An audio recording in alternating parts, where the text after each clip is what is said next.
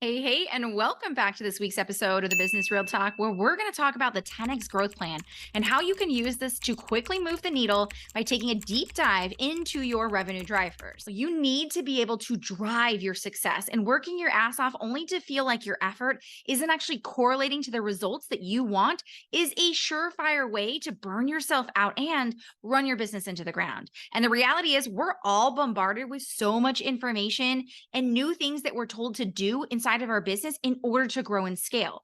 But let's get real. You need to stop adding stuff to your plate and instead simplify how you scale. And that starts with identifying and scaling your revenue drivers. So let's get into it. We're going to start by talking about what it actually takes to identify those revenue drivers in your business. Now, recently, I was listening to this woman the other day talk about how Instagram was a gold mine for her. She was talking up and down about how her clients were just popping into her DMs and she was able to scale to 100K a month. Now, the reality is it does work for her and she is seeing incredible success. But I also know that for me, Instagram is not my main conversion stream and not a revenue driver. I focus on fast conversions, and the way that Instagram works is usually a longer term platform. But what works for one person doesn't need to work for the other. This is the importance behind understanding leverage strategies and systems and why they become so important in your 10x growth plan. But I'll jump into that in a little bit. The point here is that what works for one person's revenue driver doesn't necessarily correlate to someone else's. This is why it becomes so important as a CEO for you to step in and understand what your biggest revenue drivers are to really leverage and grow your business.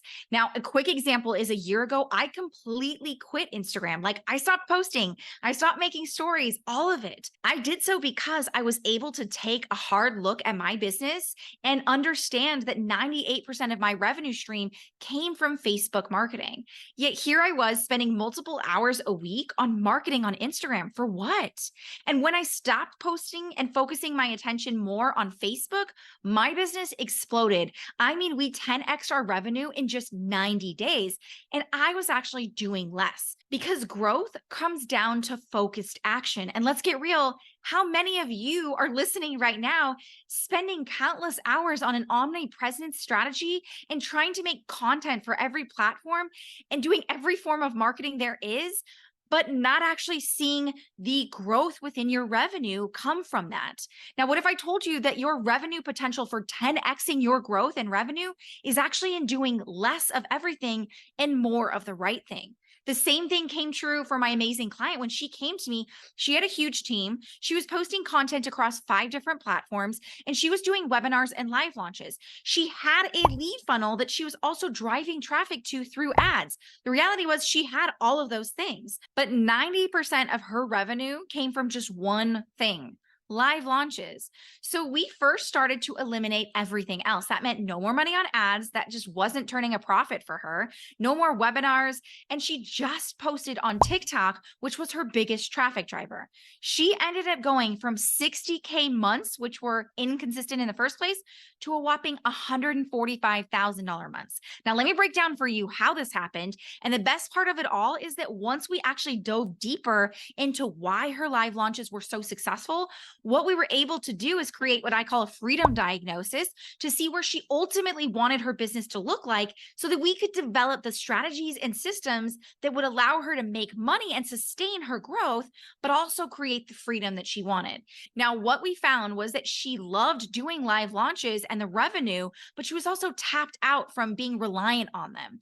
Now, once we dug deeper, what we were able to recognize is that why live launches created such great results for her was because she was working in the healing space. And so many people had been so accustomed to seeing things done a certain way that they were fearful of any type of change. Seeing her in person live allowed them to feel comfortable and safe in order to say yes to her $12,000 program. So what we did is we combined the power and safety of having that live element without the reliance on her having live launches. What we ended up doing was allowing her live launches to continue how they had been previously run, and then instead focus focus on the backend systems that would allow us to slowly move over to having an evergreen system. From there, we came back and optimized the live portion. So let me break it down for you. We started by developing her bingeable sales system. What this allowed her to do was have people signing up every day through an automated selling system. Now, this ended up resolving a lot of the conversion issues she was already experiencing with Evergreen before.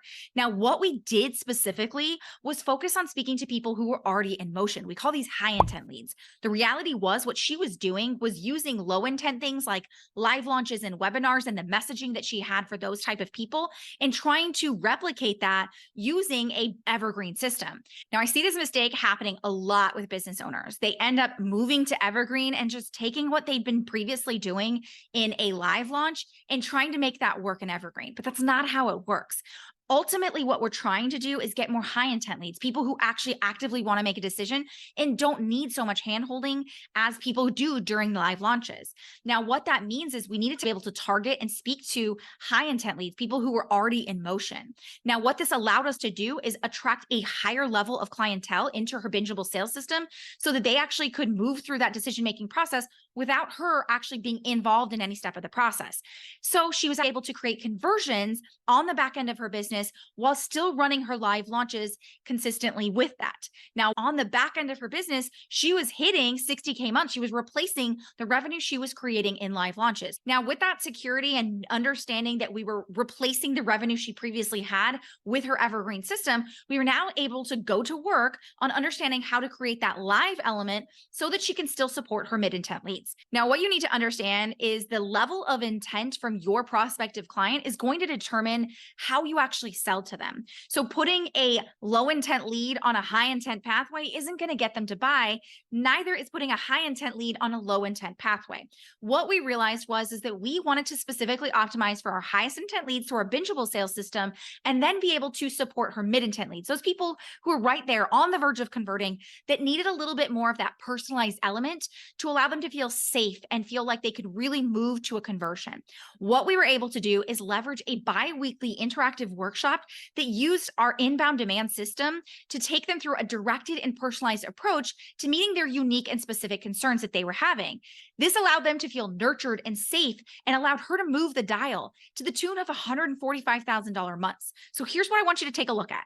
We not only replaced the revenue she was creating from a live launch by identifying where her big traffic drivers were.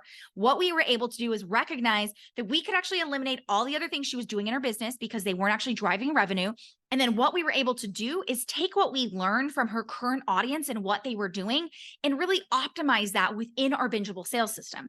This allowed her to replace that live launch revenue and then move to optimizing her live element within the process.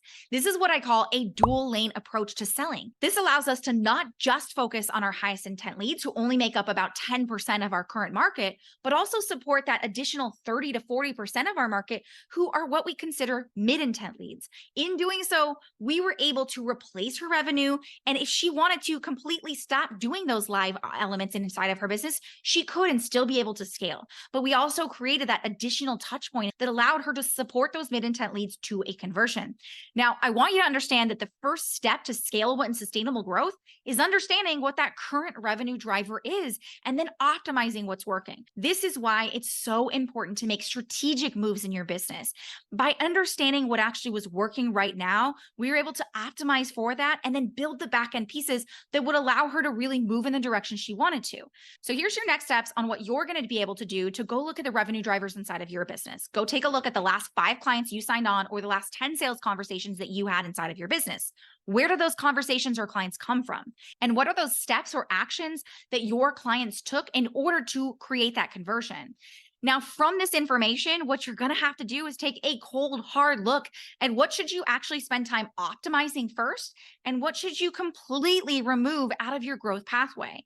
Now, once you've identified your top revenue driver, our goal is now to how can we optimize this for the best results?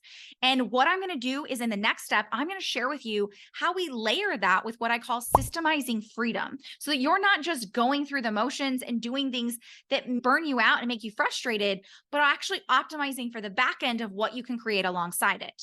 But before we do that, what I want you to do is identify that top revenue driver. And then you can send me a message on Instagram at Next Level Up CEO, or on Facebook, just search Naz Echeverria. and I want you to send me your top revenue driver, and I'll share with you just one simple optimization you can make right now within that driver.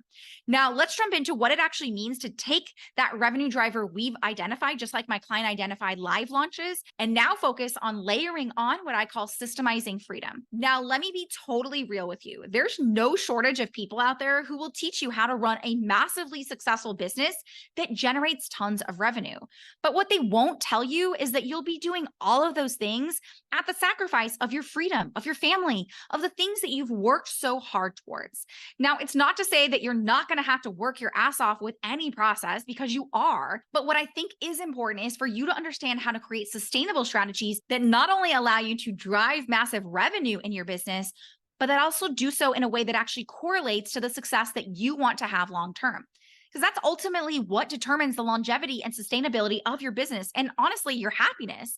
And it's not about just taking actions and doing the things that are going to create success right now, but building for a business tomorrow that we can maintain for the next 10 to 20 years. This is what it comes down to. So everyone out there who may be teaching you those newfangled ways of getting clients and scaling client acquisition and marketing, but ultimately what you need to understand is, where am I building for? Am I simply building for short-term success, or am I developing the strategies and systems that allow me to create long-term sustainability?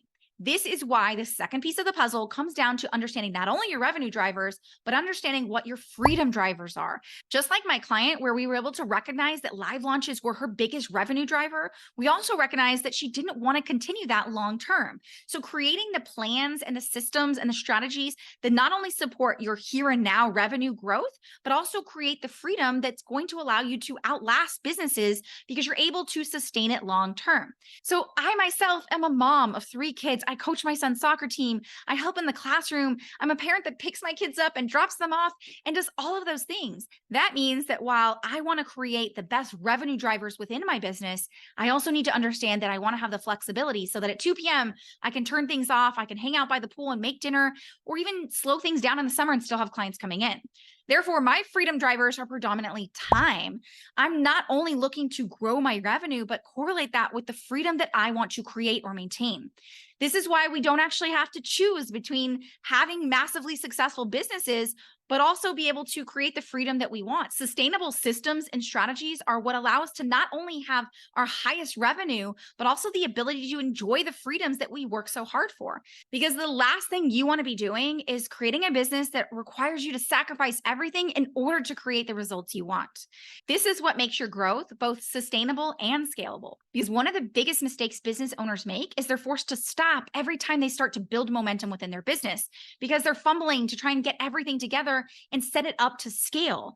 You're figuring out what your next step is. Should you run ads? Should you hire that social media manager? Now, when you understand your current traffic drivers and then you understand your freedom levers, now you can really create the growth accelerators that allow you to consistently and sustainably scale your business. So the next step in this process is for you to identify where your freedom drivers are within your business. What do you want not only your business, but your life to look like 6 months or 12 months down the line? Does that look like you taking summers off so you can take the RV and travel across America with your family? Or does it look like you being able to serve more clients through a group program? We need to be able to identify what it is that you want to accomplish in your life and that freedom you want to create, so that you can then reverse engineer what that looks like with the systems and strategies that get you there. Now, let's jump into what it looks like to actually create what we call growth acceleration within your business. Now, the goal here is to optimize those revenue drivers first. We talked about that. That's what's going to allow you to give way to creating freedom drivers within your business.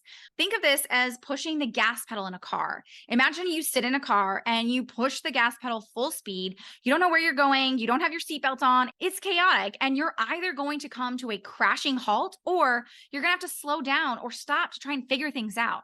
Whereas if you set yourself up for success by understanding what it is you need to do, you can get in that car, you can put the address into the GPS, you can check your mirrors, put on your playlist, have the perfect snacks ready to go with a full gas tank. You're all set.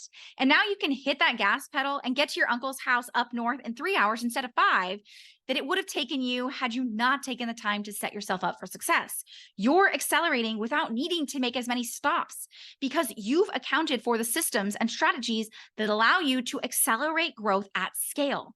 I call this the leveraged acceleration technique. And honestly, it couldn't be more simple. It comes down to just three things. It's about looking at how we can strategically drive more action. And there's just three areas within any business model which allows you to drive revenue while also driving that freedom that you want to create. The first is understanding the messaging and positioning that's going to drive more traffic. The reality is, your messaging and positioning is what ultimately brings more people into your world. But it's not just about bringing in more people, it's about bringing in more of the right people. This is why it's so important to understand your innovative advantage. We use our innovative gap methodology that allows us to understand and communicate your innovative approach to how you deliver results to your clients, which allows your high intent leads to instantly understand not only who you are, but what you do and how you do that to drive consistent traffic within your business. Now, once you understand the messaging and positioning, it comes down to how we drive more leads in our business. This is where marketing becomes a huge factor. And all marketing is not created equal. Most of what we're being taught in the industry is what we call outbound marketing that forces you to chase your leads down and try and wear them down with enough information that they eventually buy.